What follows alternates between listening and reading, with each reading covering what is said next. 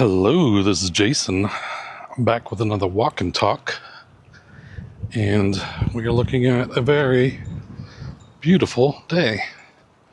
Hardly a cloud in the sky. Nice day for a walk. I'm gonna mount you on my collar here, and I think I'm going to the park today, back to my little bench. I haven't walked down that path for a while. I've been doing laps, like a 3-mile lap around the block. So let's go for a nice walk in the woods today. I have been keeping up on my walks though. I've just not been recording them. I've been listening to some Pimsleur Vietnamese, trying to learn some basic Vietnamese. That's going to be my next Southeast Asia destination, probably before the end of the year.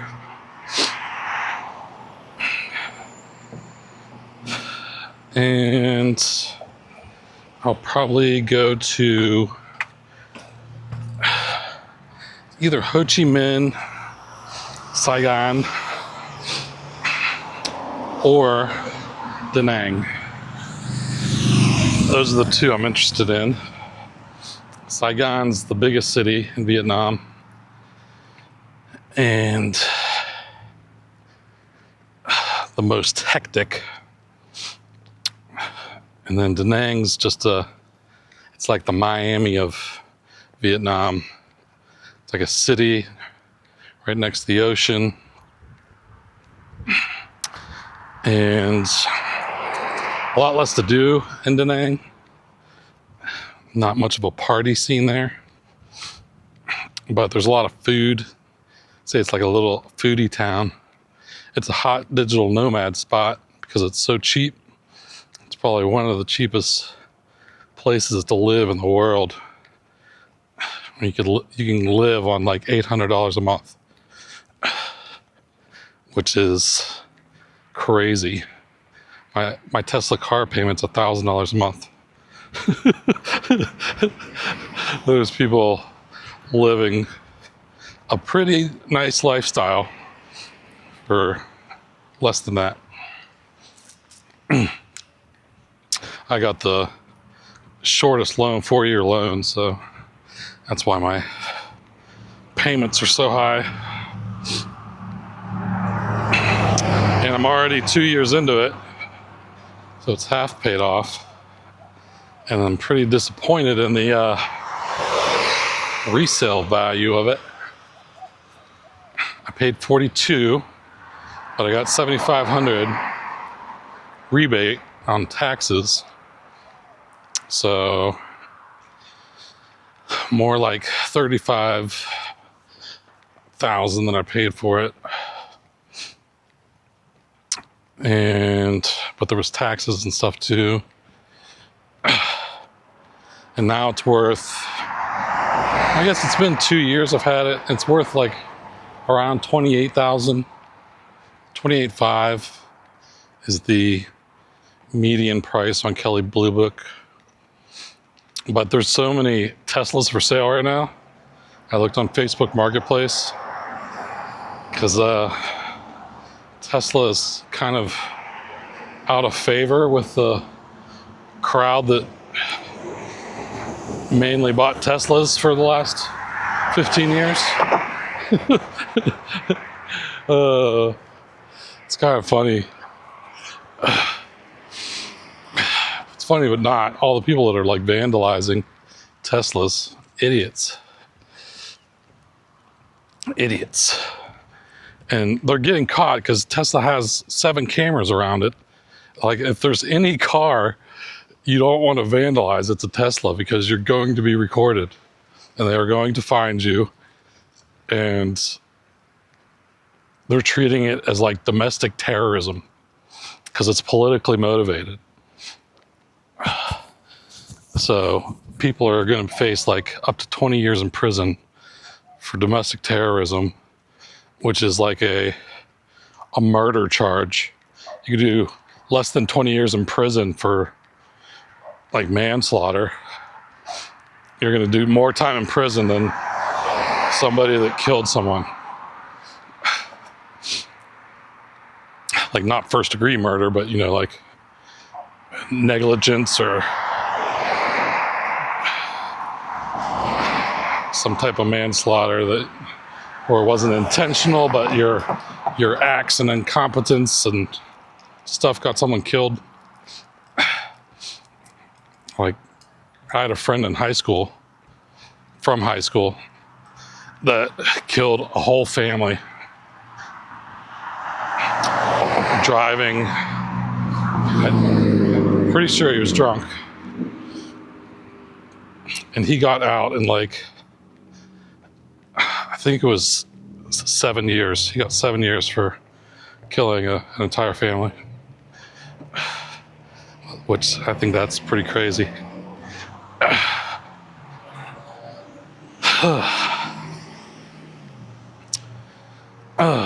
And I see him. He's on Facebook. I see him on Facebook. I used to be friends with him. I haven't talked to him since, I think I did talk to him after he got out. And this happened like shortly after we graduated, so this was back in the late 90s when it happened. Not sure if he would get that lenient of a sentence these days.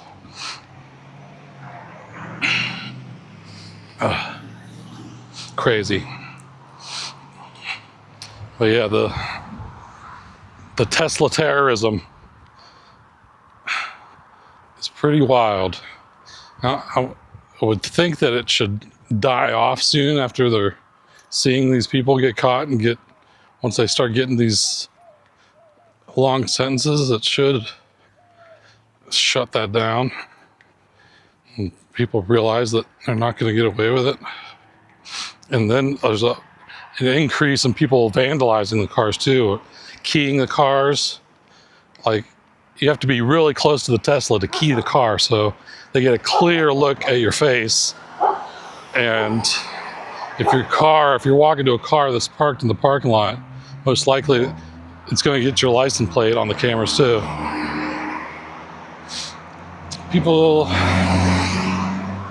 are not too bright. I mean, I would never key a car in the first place, let alone over some politics. So dumb. I don't like to talk about politics, especially these days. Talk about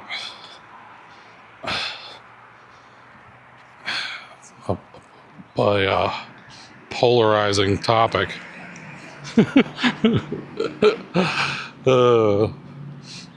I wouldn't consider myself a Republican or Democrat anyway.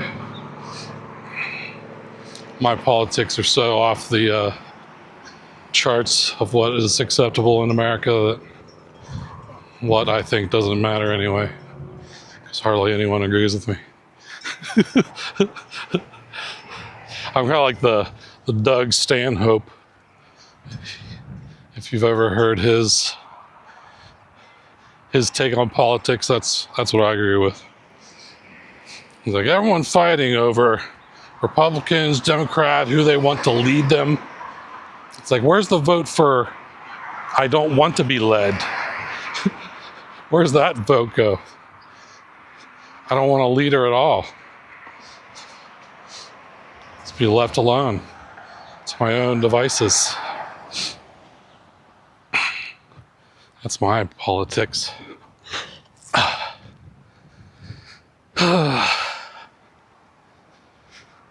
Whatever. So, in other news, let's talk some Bitcoin. Crazy thing happened in Bitcoin. So this guy I follow, he also follows me, Josh Mandell on X.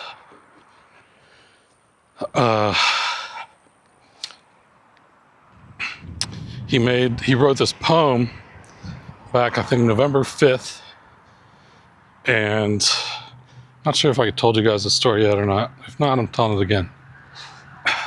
He wrote this poem, and in the poem he says, like, when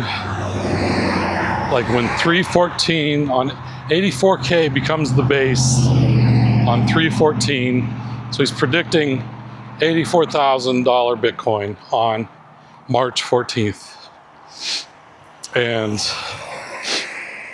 And then he went on to farther say that it was going to be at the close.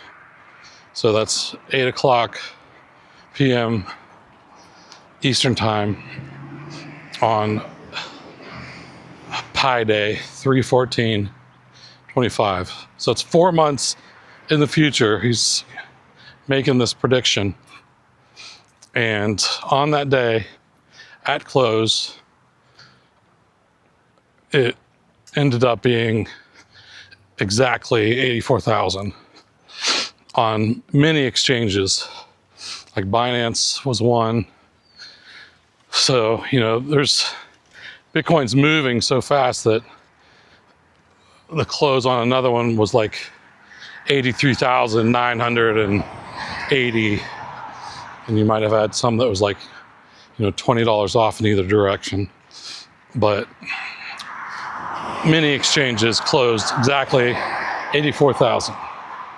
And to even be within, $20 of the price of Bitcoin, one of the most volatile assets in the world, to predict it 4 months in the future is just crazy. I ran the numbers through like Grok of what the statistical likelihood of that is, and it was like 1 in 4.3 trillion, which is like guessing the winning Powerball numbers 17 times. Not necessarily in a row, but just guessing the Powerball numbers 17 times at any time. For one person to do that is pretty much statistically impossible. So that's what he did. And then for his explanation, he's saying that time is like a loop. He's talking about like the reality is like a simulation, and he remembers things that happened in the future, and because it's all been a loop, and he remembers the loop, and things that he's remembering that from 30 years ago are happening now. Like it got like far out there. Like what?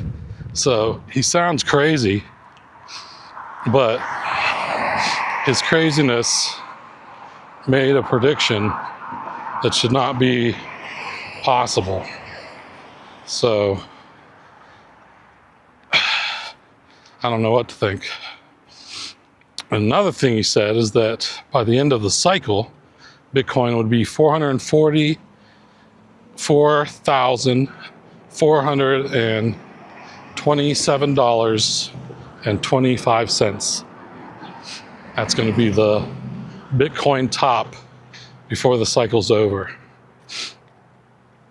So if that happens, I've got some questioning of reality to face. Like, that's pretty crazy. So we'll have to see if that plays out. Hopefully it does. That would put me in a very good position. I still have all my liquid income or liquid net worth invested in MicroStrategy and Bitcoin. So I'm still expecting, my call was 300,000 by November 2025. That's my call, and I'm not remembering the future. I'm just making an educated guess based on past cycles and how things have played out before.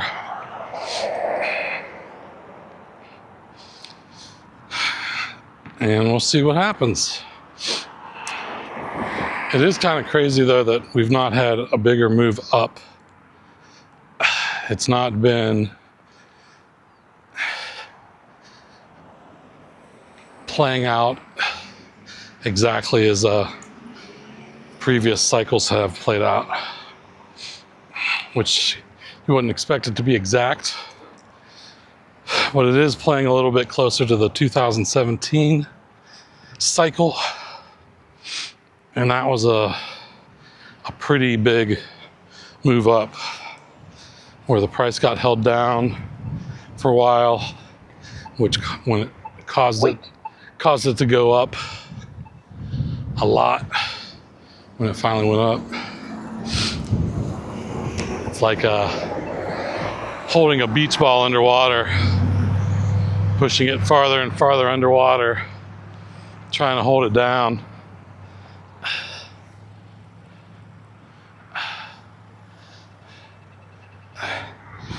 But eventually it's going to spring to the surface and go blasting up above the surface. You can consider the surface the fair price, and usually when it's held down for a longer time, when it does finally go up, it goes up way past fair value. Wait. And that'll be when I deleverage myself, get out of options completely,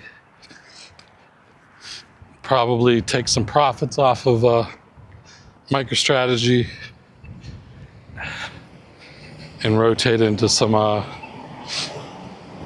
dividend plays. And I'll probably go with MicroStrategy's dividend offerings, Strike, STRK, and they have the new one, Strife, STRF, which Strike has is still kind of tied to the main equity, MSTR, but only at like 1/10. Each share of Strike is worth 1/10 a share of MSTR. And STRF is just a complete fixed income play, where right now it's actually getting ready to go IPO, and it's IPOing at $85, and it pays a 10% dividend, but it pays a 10% dividend on $100 starting out. So they're giving you like a free $15, I'm not sure what you call that, underneath fair value, kind of. You could buy it for less than it's worth on the IPO. So that increases the yield. So you'd be getting like an 11.3% yield instead of a 10% yield. And with Strike, it's somewhere around, it's in the 80s, and you're getting like a 9.3% yield on it right now instead of a 8% yield. So, you know, you get a good amount of money into an 11% and 9% returning stock, and that could fund your lifestyle for a while. Although I'm not going to be buying them in any major quantities until Bitcoin goes up a lot, which in turn MicroStrategy will go up a lot, which will make STRK go up. So who knows what the price of those will be. The yield will probably be lower, or at least closer to the fair value, 8 and 10, which that's still fine. And they've also said that they're going to be doing the ATM at the market offerings on Strike instead of on MSTR, where that should help MSTR's stock price be able to run without being artificially held down by them selling MSTR shares as the price is, going up. Because they sold almost, it's like 17, 18 billion worth of shares in November, December timeframe. So if they hadn't sold all those shares, the value of MSTR would have went up even higher than it did, which it did go to like 529 or something like that. And then it dipped all the way down to like low 200s, which is not too long ago. And now it's kind of, I think it's right above 300 at the moment. So it's a very volatile stock. It's not for the faint of heart. But volatility is vitality.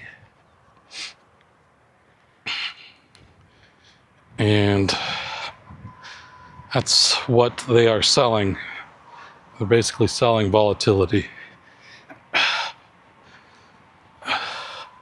by leveraging one of the most volatile assets, Bitcoin, and making it even more volatile. Now, volatility is priced into options, which in turn gets priced into common shares.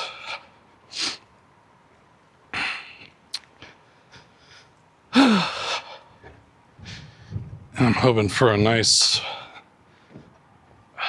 return on some options to try to get back to at least where I started in my Roth account. I'm not counting on it, but it'd be nice to at least get back to where I started. I really dropped the ball on that, but we're letting that go. We're not talking about it.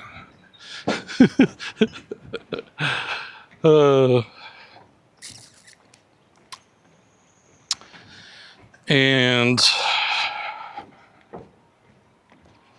I mean, there's been so much positive news on the Bitcoin front with the strategic reserve executive order, also the Bitcoin strategic reserve bill being introduced into the Senate by Cindy Loomis, and a similar bill introduced into the House. I'm hoping that that gets passed in the near future, and that will actually give the authority to buy Bitcoin with the US budget. It'll set aside money to buy 1 million Bitcoin over a period of 4 years or 5 years, 200,000 Bitcoin a year, basically at like a steady interval, probably like splitting that up into 365 days and just making a purchase every single day, which that'll put a steady pressure, upwards pressure on the price of Bitcoin for 5 years at least. You know that the US government's going to be buying for 5 years.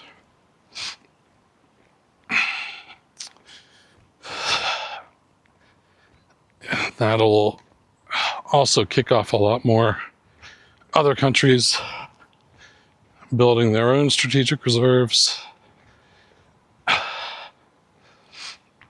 and states,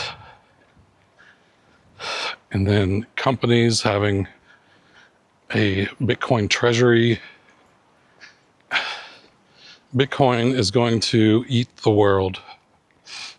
world's financial system, because it's the most sound money. Whenever a more sound money is introduced into a economy, it always wins. Back to the invention of money.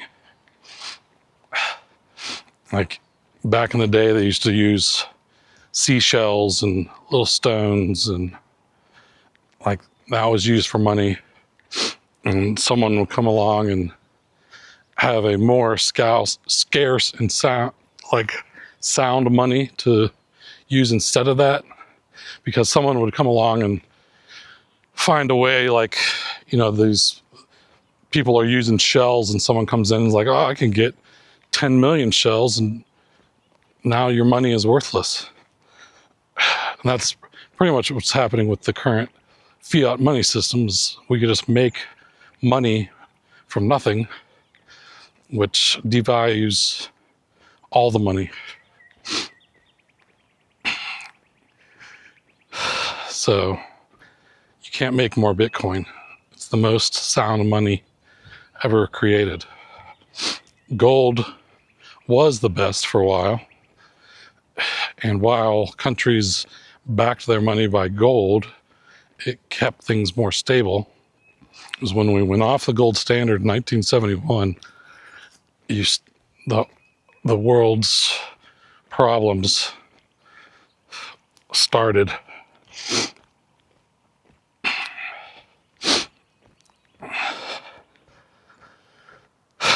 So Bitcoin's going to win. Eventually it'll replace gold, and then it'll end up replacing everything. And people that are into real estate are already getting into Bitcoin. Because it's like, why own rental properties that you have to have maintenance on? You have to deal with renters and them damaging your property, natural disasters, insurance prices are going through the roof.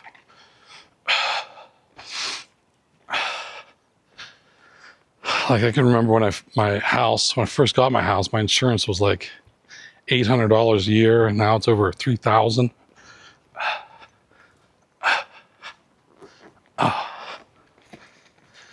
So, and then the average appreciation on my house, since I got it for like I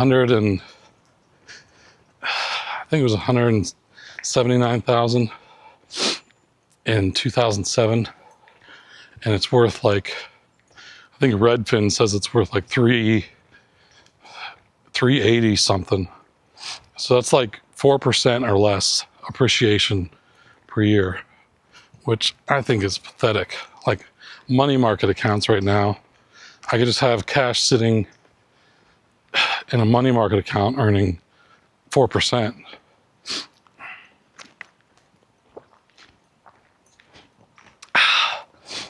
I'm not even getting that for my house.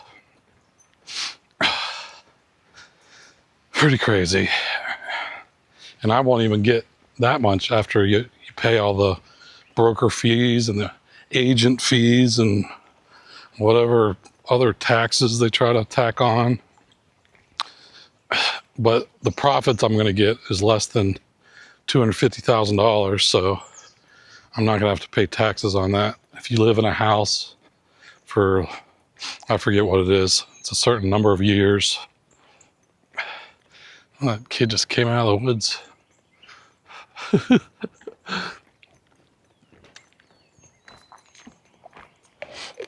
I don't know what they're doing. Hunting Bigfoot.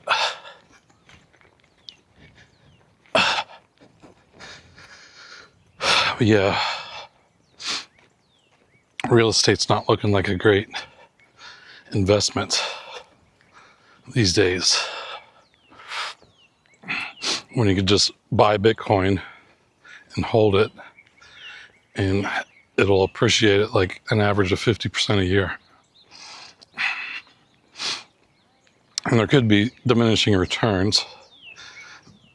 Like over the next 20 years, it'll probably get down to, like when it finally gets all the way down in the 2040s, it'll probably appreciate around 20% a year.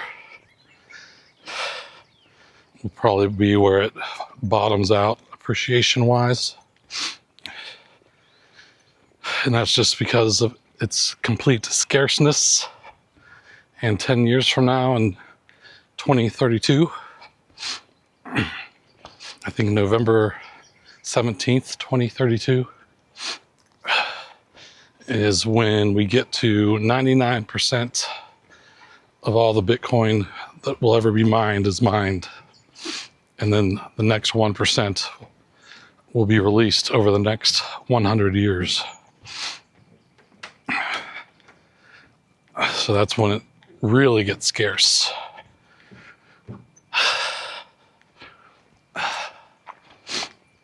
And people have really never dealt with a completely finite, scarce asset before. Gold's really the closest thing that we've come to that. And that is still like 4% a year new supply of gold is created. And when the price goes up like it has now, I think it's closed over $3,000 an ounce for the first time just, I think, last week. And when the price goes up like that, you get more people interested in mining it, and they end up finding more of it. They use different methods, more expensive methods to get it out of, trace amounts and soils and stuff like that.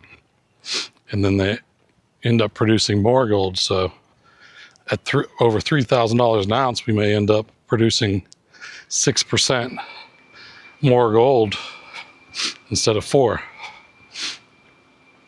But that can't happen to Bitcoin.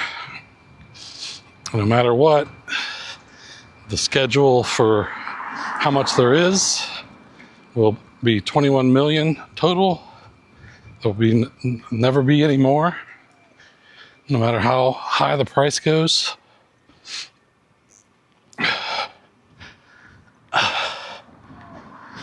So when you can't relieve demand with more supply, the only release valve is price.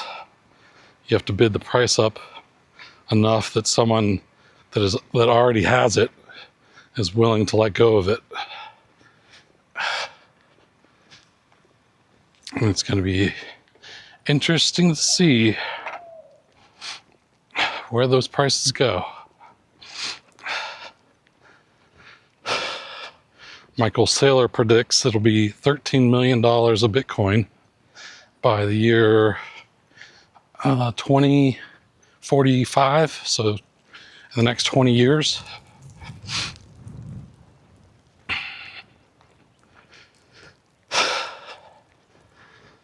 So if you just buy Bitcoin, hold Bitcoin, let it appreciate, and 4 to 8 years from now, like if you could try to get to 1 Bitcoin, which right now is around $84,000, you could probably retire with that in 4 to 8 years. And then just be able to sell pieces of it to fund your lifestyle for the rest of your life. Because when it's appreciating at 50% a year, and let's say I can't do the math on what it'd be worth in 4 years at 50% a year, but it's a lot, and even more in 8 years. Let's say it's $1 million in 8 years.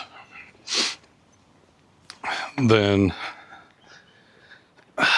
you'll be able to sell a pretty high percentage of it, like 15% or more, 20%. So that's like $150,000, $200,000 that you could sell, and Bitcoin is going to still appreciate around 50% average a year. So it's going to grow faster than you can whittle it down by spending $100,000 a year. So you'll be able to spend $100,000 a year on it for the rest of your life, because it's going to appreciate faster than you can spend it.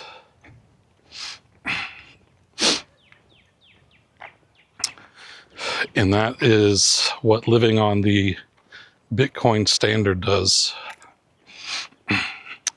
It's a good book to read, the Bitcoin Standard, and also The Big Print. That tells you why we are headed to a place where Bitcoin is going to be the only escape hatch from the financial problems.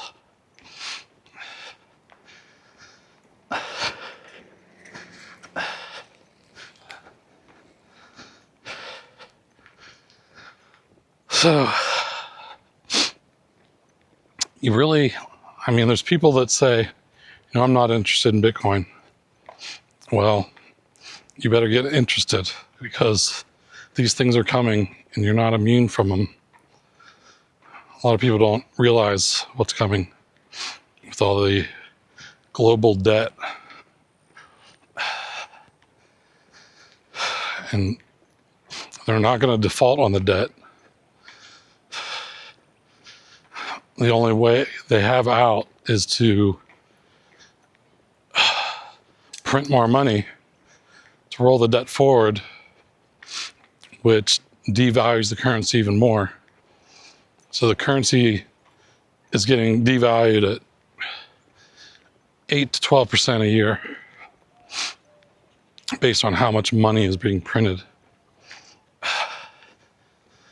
So if you're taking your money and putting it under your mattress, it's losing 10% of its value every year. So it's not going to last that long. The value gets whittled away. And the S&P 500 gives about, an 8 to 12% return. So if you keep your money in the S&P 500, you're at least treading water. And it looks like the value of the stocks is going up, but it's in direct correlation with how much the value of the money is going down.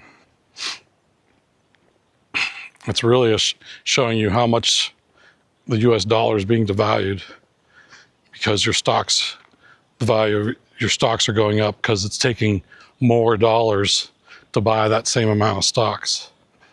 If you held 100 stocks and they're worth $1,000, the money's getting devalued so that it takes more money to buy those 10 shares of stocks that a year from now, it'll take $1,100 to buy that amount of stocks, because your money's worth more. And then the year after that, the value of the money is going down, which is making the value of the stocks look like they're going up, but it's really the value of the money going down. That's why it takes more money to buy food in the grocery store.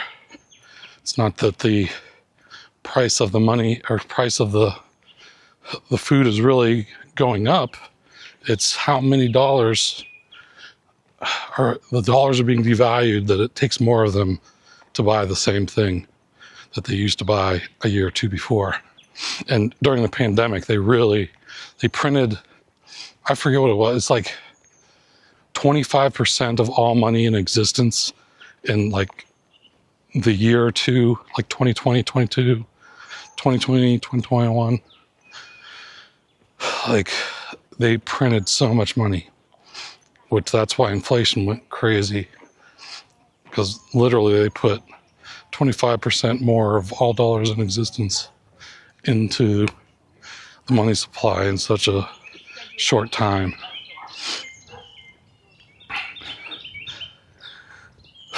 So everyone's looking at prices. Why are prices going up? Prices are going up everywhere.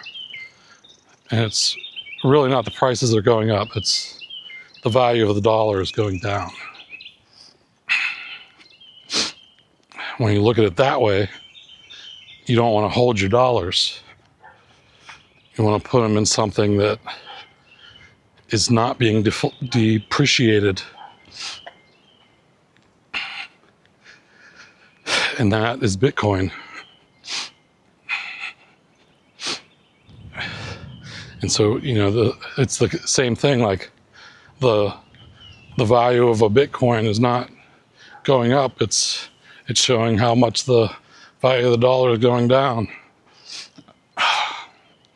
and how few people that are holding the Bitcoin want to trade it for those dollars.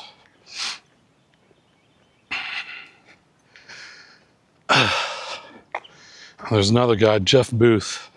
He does a good job of explaining that, where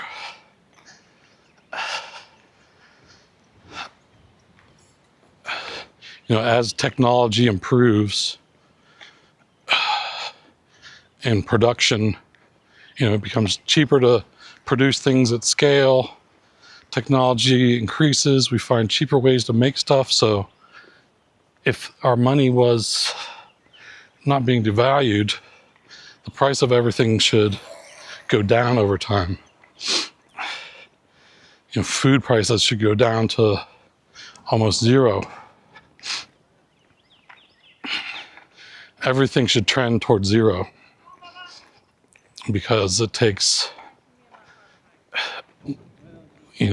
we refine our production capacity and the technologies to create things.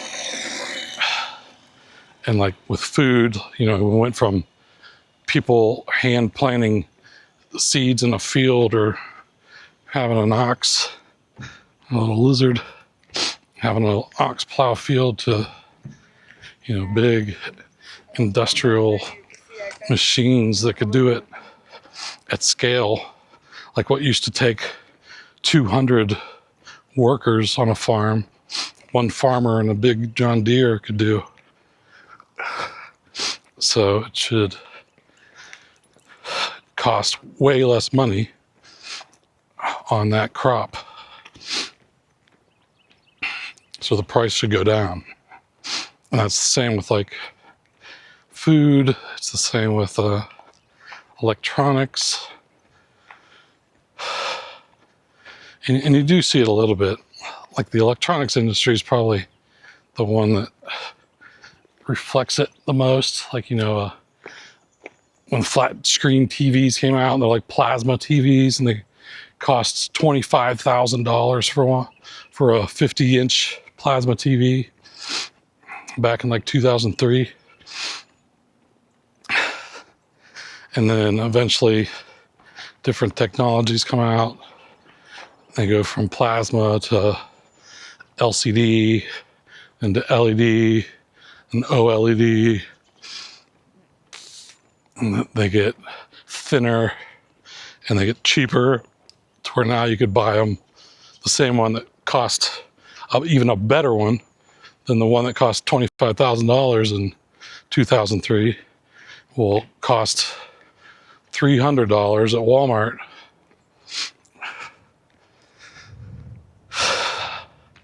So that's at least one industry that reflects how prices should trend towards zero.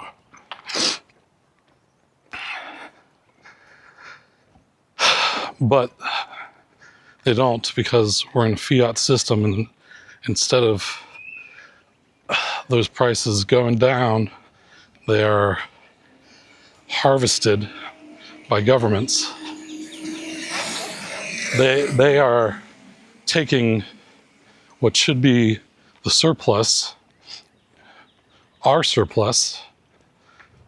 extra value that we're creating as workers and by improving technology, and they're harvesting it into their own budget by devaluing the existing dollars. It's a hidden tax.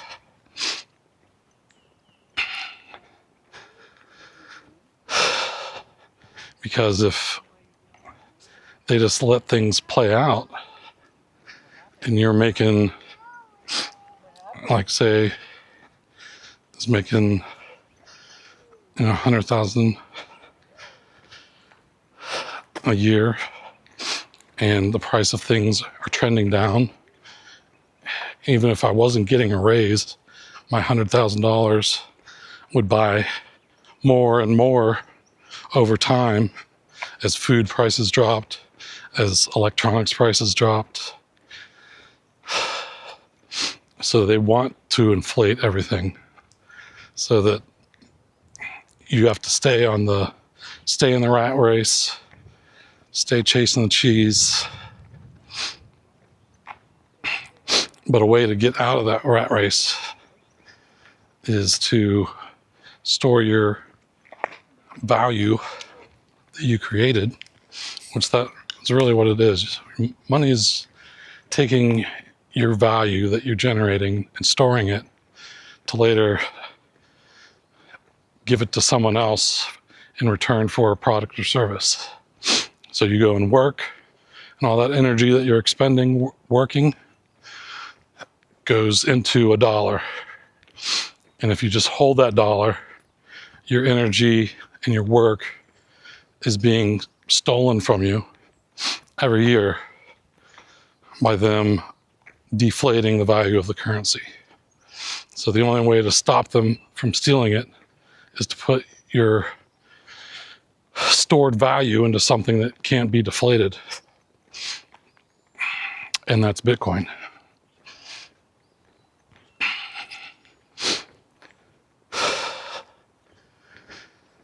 So I think I've done my part to help people understand that.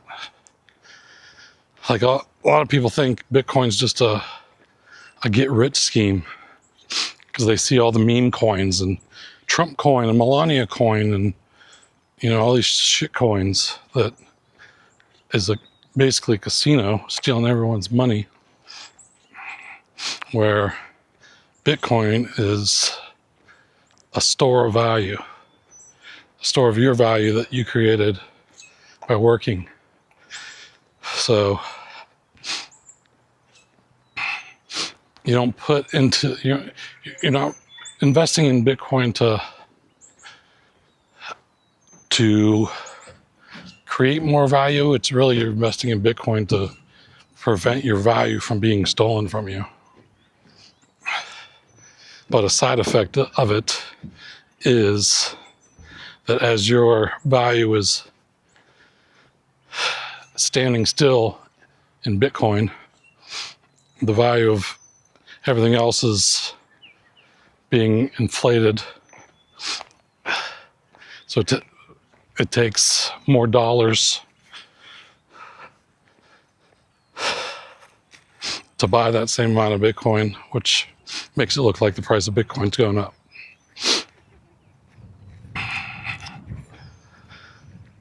But it's really everyone else's money is being stolen from them by debasement.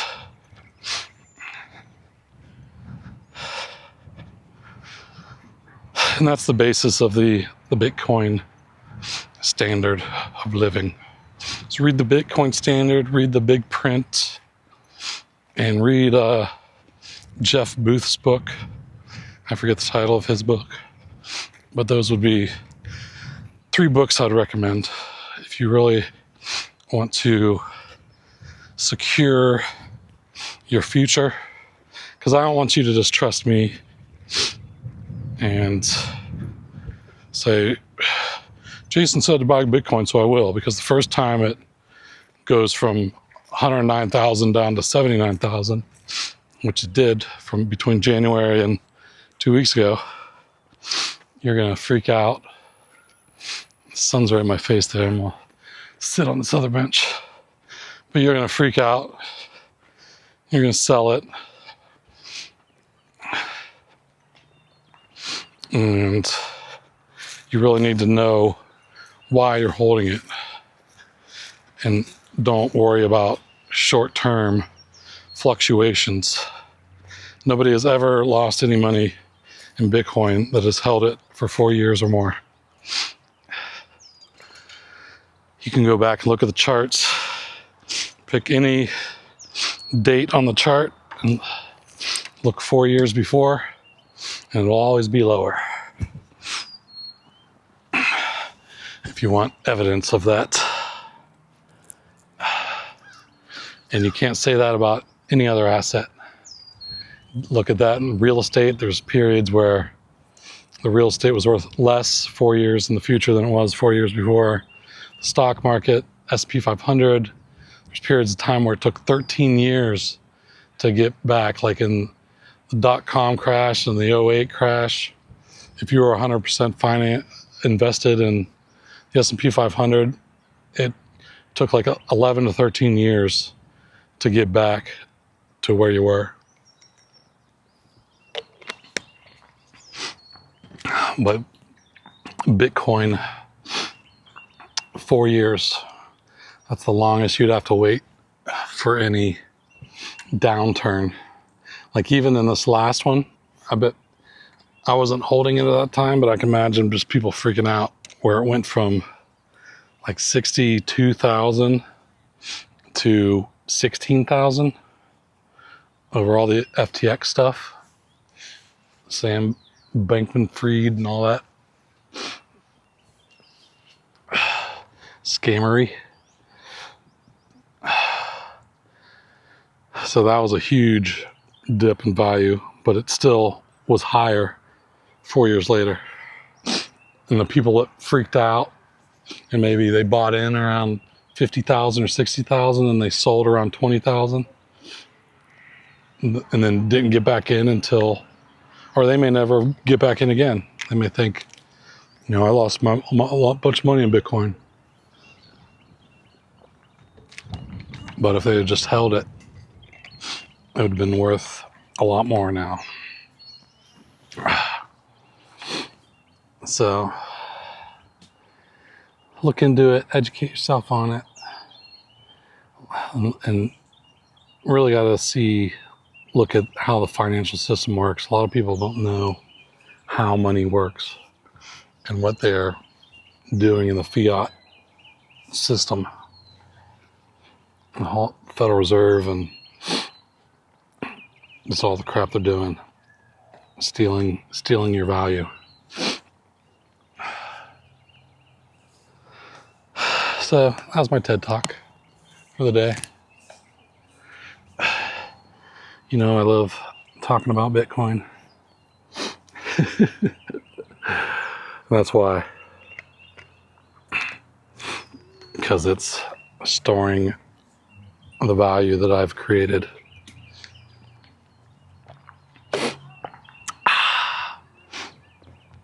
And you could do that and not get into MicroStrategy at all. That's taking it to the next level. And then going into options is the next level after that. And I would highly recommend not messing with options at all, as I have done. Don't do as I do. Do as I say. Safest thing is just investing in Bitcoin. That's already volatile enough. And then you twice the volatility in MicroStrategy, and then you 10 times the volatility in MicroStrategy options, or strategy as it's now called. So just stick to Bitcoin. That's the safe way. All right, well, that's all I got. Thanks for watching, and talk to you later. Take it easy.